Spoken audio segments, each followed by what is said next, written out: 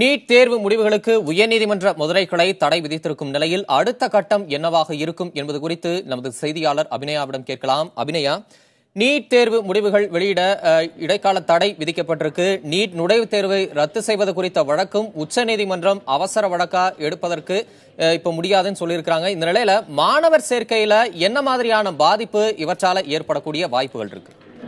நிச்சயமாக தமிழரசன், இந்த விண்ணப்ப விநியோகம் என்பது மருத்துவ படிப்பிற்கான இந்த விண்ணப்ப விநியோகம் ஏற்கனவே தொடங்கி இருக்கும். வழக்கமாக தமிழகத்தில் கடைபிடிக்கப்படும் அந்த நாட்கள், அந்த அட்டவணைகள், இதனை நாம் ஒப்பிட்டு பார்க்கும் பொழுது ஏற்கனவே இந்த விண்ணப்ப விநியோகம் என்பது தொடங்கி இருக்க வேண்டும். ஆனால் நீட் தேர்வு இதன் அடிப்படையில் தான் மருத்துவ மாணவர் சேர்க்கை இருக்க வேண்டும் என்ற காரணத்தினால் நீட் தேர்வு முடிவுகளுக்காக காத்திருக்கக்கூடிய ஒரு சூழல் ஏற்பட்டது. அது மட்டுமல்லாமல் தமிழக அரசை பொறுத்த வரைக்கும் நீட் தேர்விலிருந்து தமிழகத்திற்கு விலக்கு வாங்குகிறோம், அதற்கான முயற்சிகளை மேற்கொண்டு வரும் பொழுது இந்த விண்ணப்ப விநியோகம் குறித்த தேதிகள் அறிவித்தால் சரியாக இருக்காது. அதனால் அந்த முடிவிற்காக காத்திருக்கிறோம் என்ற ஒரு விளக்கத்தை தமிழக சுகாதாரத்துறை தெரிவித்திருந்தது. இதன் அடிப்படையில் பார்க்கும்போது வழக்கமாக மருத்துவ படிப்புகளுக்கான கலந்தாய்வு என்பது ஜூன் மாதம் 3வது வாரம், அதாவது 20ஆம் தேதி அல்லது 2வது வாரம், இந்த போன்ற தேதிகளிலேயே மருத்துவ மாணவர் சேர்க்கை கலந்தாய்வும் தொடங்கிவிடும். அந்த முதல் கட்ட கலந்தாய்வு முடிந்த பிறகு பொறியியல் படிப்பிற்கான கலந்தாய்வுகள் தொடங்கும். ஏனெனில் வழக்கமாக முதற்கட்டமாக அதிகமாக மதிப்பெண் எடுத்திருக்கக்கூடிய மாணவர்கள் மருத்துவ படிப்பிற்கு தான் செல்வார்கள். ஒருவேளை அதில் கிடைக்கவில்லை என்றால் அதற்கு அடுத்த கட்டமான படிப்புகளுக்கு செல்வார்கள் என்ற ஒரு நிலை இருப்பதனால் தமிழகத்தை பொறுத்த வரைக்கும் அந்த மாணவர் சேர்க்கை கலந்தாய்வுகள் என்பது அதன்படிதான் நடக்கிறது. மருத்துவ படிப்புக்கு முதல் முறையாக அந்த மருத்துவ படிப்பிற்கான கலந்தாய்வுகள் முடிக்கப்பட்ட பிறகுதான் மற்ற ப்ரொஃபஷனல் கோர்சஸ் என்று சொல்லப்படக்கூடிய பொறியியல் படிப்பிற்கோ, கால்நடை மருத்துவ படிப்புகளோ அல்லது சித்த மருத்துவ படிப்புகளோ இதற்கான மாணவர் சேர்க்கைக்கான கலந்தாய்வுகள் எல்லாம் அட்டவணைப்படுத்தப்படும். அதன் அடிப்படையில் பார்க்கும்பொழுது மருத்துவ படிப்பிற்கான அந்த கலந்தாய்வு, இந்த முடிவுகள் தள்ளி போகக்கூடிய ஒரு சூழல் ஏற்பட்டால் மாணவர்களுடைய அந்த மாணவர் சேர்க்கை, மருத்துவ மாணவர் சேர்க்கை கலந்தாய்வு தேதிகளும் தள்ளி போவதற்கான ஒரு வாய்ப்பு ஏற்படும். ஏற்கனவே அண்ணா பல்கலைக்கழகம் எந்த நாளில் அந்த தரவரிசை பட்டியல் வெளியிட போகிறோம், அதேபோல் ரேண்டம் எண் எப்பொழுது வெளியிட போகிறோம் என்ற அந்த தேதிகள் எல்லாம் அறிவித்ததோடு கலந்தாய்வு தேதியையும் அறிவித்திருக்கிறது. ஜூன் 27ஆம் தேதி கலந்தாய்வு தொடங்கும் என தெரிவித்திருக்கிறது. ஆனால் அப்படி தெரிவிக்கும் பொழுதே மருத்துவ படிப்பு கலந்தாய்விற்கு ஏற்றாற்போல் இது மாற்றத்திற்குட்பட்டது என்றும் தெரிவித்திருக்கிறது. அதன் அடிப்படையில் பார்க்கும் பொழுது மருத்துவ படிப்பிற்கான கலந்தாய்வுகள் ஒருவேளை தள்ளி போனால் பொறியியல் படிப்பிற்கான கலந்தாய்வும் தள்ளி போவதற்கான வாய்ப்பு இருக்கிறது.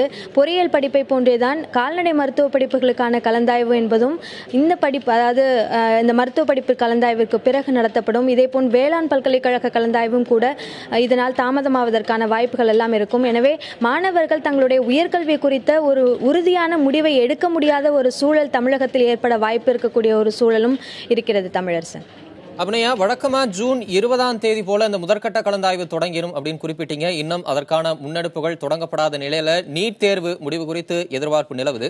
பொதுவா இந்த மருத்துவ மாணவர் சேர்க்கை என்பது எத்தனையாம் தேதிக்குள்ள முடிக்கணும் அப்படின்ற விதிகள் ஏதாவது இருக்கா? அது தொடர்பான வரைமுறைகள் என்ன? நிச்சயமாக ஆகஸ்ட் 31ஆம் தேதிக்குள் மருத்துவ மாணவர் சேர்க்கைக்கான அந்த கலந்தாய்வுகள் முடிக்கப்பட வேண்டும். செப்டம்பர் 1ஆம் தேதியிலிருந்து அவர்களுக்கான வகுப்புகள் தொடங்கப்பட வேண்டும் என்பது இந்திய மருத்துவ கவுன்சிலின் விதியில் ஒன்றாக இருக்கிறது. அப்படி இருக்கும் பொழுது கலந்தாய்வை பொறுத்தவரைக்கும் இந்திய மருத்துவ கவுன்சிலின் இந்த ஆண்டு வெளியிட்டிருக்கக்கூடிய அந்த வழிகாட்டுதலின் அடிப்படையில் அனைத்து கல்லூரிகளுக்கும் அனைத்து விதமான மருத்துவ இடங்களுக்கும் நீட் தேர்வு மதிப்பெண்ணின் அடிப்படையில் அனைத்தையுமே அந்தந்த மாநில அரசின் மருத்துவ கல்வி இயக்கங்கள் தான் நடத்த வேண்டும் என தெரிவித்திருக்கிறது. ஏற்கனவே முதுநிலை படிப்புகளை பொறுத்தவரைக்கும் அது போன்ற ஒரு விதிகளின் அடிப்படையில் அறிவிப்பை தான் மருத்துவ கல்வி இயக்ககம் வெளியிட்டது. அதன் அடிப்படையில் அரசு கல்லூரிகளில் இருக்கக்கூடிய இடங்களுக்கான கலந்தாய்வையும் இவர்களே மருத்துவ கல்வி இயக்ககமே நடத்தியது. அதனைத் தொடர்ந்து தனியார் கல்லூரிகளில் இருக்கக்கூடிய அரசு ஒதுக்கீட்டு இடங்களும் சரி, நிர்வாக ஒதுக்கீட்டு இடங்களும் சரி, அதேபோல் நிகர்நிலை பல்கலைக்கழகங்களில் இருக்கக்கூடிய இடங்கள், இவை அனைத்திற்குமே மருத்துவ கல்வி இயக்ககம் தான் கலந்தாய்வை நடத்த வேண்டியிருக்கும்.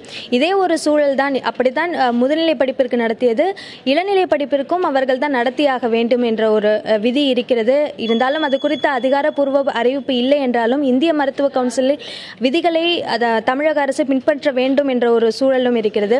இதன் காரணமாக இத்தனை கலந்தாய்வுகளையும் அந்த ஆகஸ்ட் 31ஆம் தேதிக்குள் மருத்துவ கல்வி இயக்ககம் அட்டவணைப்படுத்தி அதனை செய்ய வேண்டும். வெறும் அந்த முதற்கட்ட கலந்தாய்வோடு மட்டும் நிறுத்திவிட முடியாது. 2ஆம் கட்ட கலந்தாய்வு, 3ஆம் கட்ட கலந்தாய்வுகள் இருக்கும். அதேபோல் நீட் தேர்வின் அடிப்படையில் அகில அகில இந்திய அளவிலும் கலந்தாய்வுகள் நடத்தப்படும்.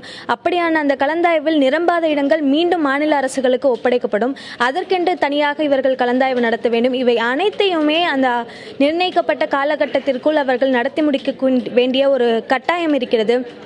எனவே இந்த தாமதம் என்பது மாணவர்களுடைய அந்த உயர்கல்வி சார்ந்த முடிவை எடுப்பதில் பெற்றோருக்கும் மாணவர்களுக்கும் ஒரு பெரும் குழப்பத்தை ஏற்படுத்தி இருக்கிறது என்றுதான் சொல்ல வேண்டும். தமிழரசன், அபிநயா, நீட் தேர்வு தொடர்பா அந்த வழக்கு இருக்கிறப்ப இந்த மருத்துவ மாணவர் சேர்க்கை, பொறியியல், கால்நடை மருத்துவம் இவை எல்லாவற்றிற்குமான இந்த சேர்க்கையும் தாமதமாகலாம் குறிப்பிட்டீங்க.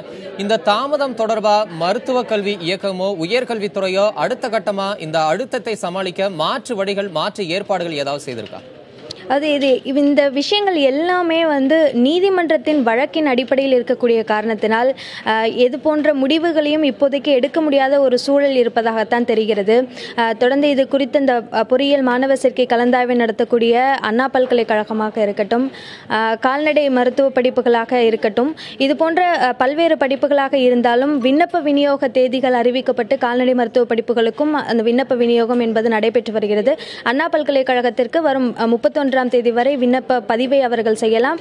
விண்ணப்பிப்பதற்கான கடைசி தேதி ஜூன் 3 தேதியாக அறிவிக்கப்பட்டிருக்கிறது. இந்த சூழலில் இது போன்ற இந்த மாற்றங்கள் என்பது நீதிமன்றத்தில் உள்ளதால் இது குறித்த முடிவையும் எடுக்க முடியாத ஒரு சூழல் ஏற்பட்டிருக்கிறது என்றுதான் சொல்ல வேண்டும்.